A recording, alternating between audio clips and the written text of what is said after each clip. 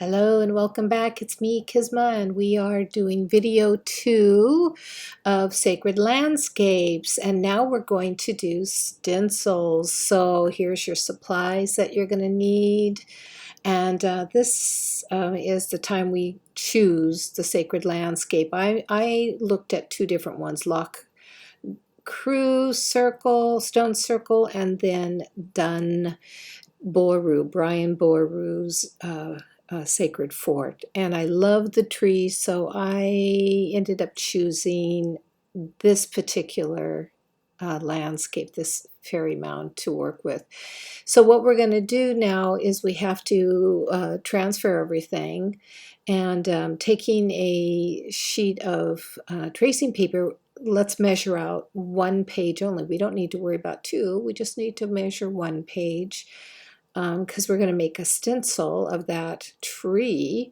So once you have your tracing paper the size you need it, then we can move forward, and using a graphite pencil, there we go, we got the perfect size. We can lay that over the tree and we can trace it. And the thing about tracing, you're not so worried about little details. It's mostly the outline, and you're tracing with the intention of creating a stencil.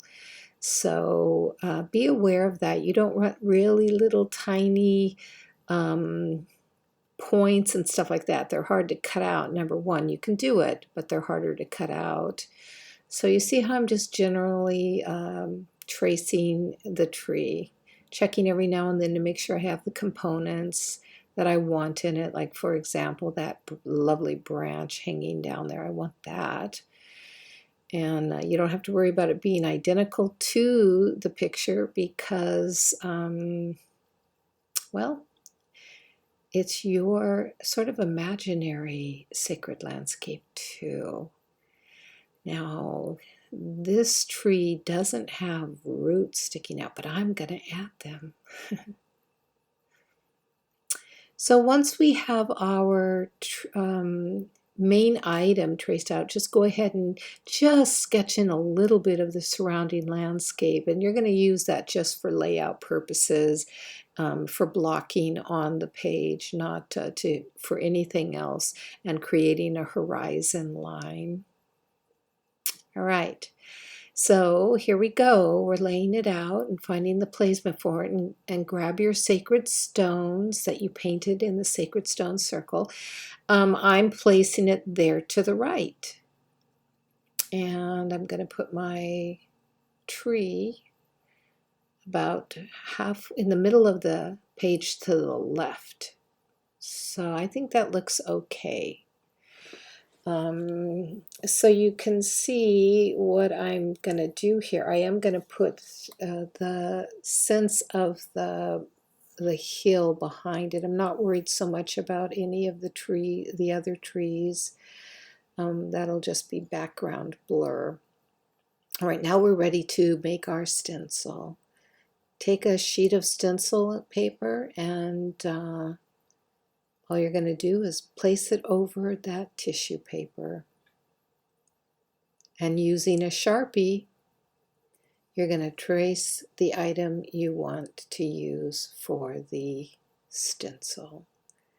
And it is going to be the tree, of course. So it's just a fine point Sharpie. They're indelible, so you don't have to worry about them smearing. They dry quickly too when you're making stencils.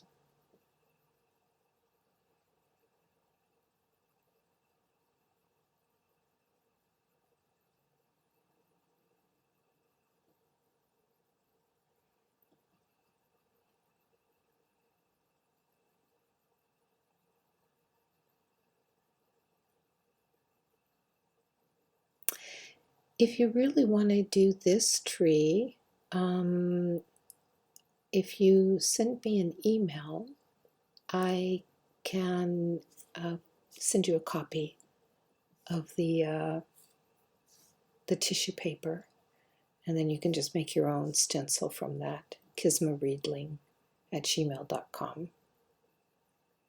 All right, using a rotary mat and a cutting tool. I'm using an X-Acto blade with a big handle. You're going to slowly and carefully cut out. You have to apply pressure and move in small increments, keeping your fingers always out of the way, paying full attention to this activity. Notice I don't have any music on in the background of this particular video. It's because we're working with a really sharp blade. And this is one of those times when we really have to be fully focused on what we're doing. This is not so much creative time as it is prep time.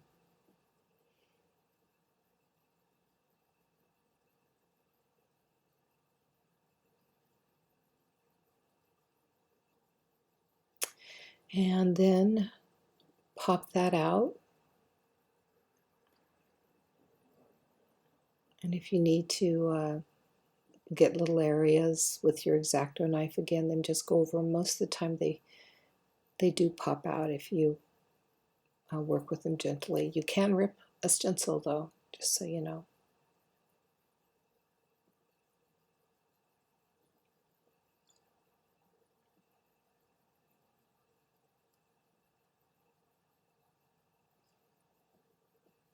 Okay, there's the tree stencil. And now we're going to just trace the outline of the stone circle. You've got a couple of ways you can work with this. You can actually cut it out and gel it, glue it down to your page, or paint a new one. And of course, I'll leave that up to you, and we'll talk about that in a little bit. You still have to make a space for it. So all of your stone circles are sort of the same size. I'm sure you're noticing if you've done more than one in the Sacred Stones class. But this is just really to get an idea.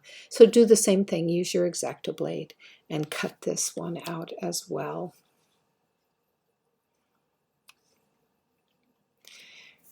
And that's about it for stencil making. Go slow, always slow and careful.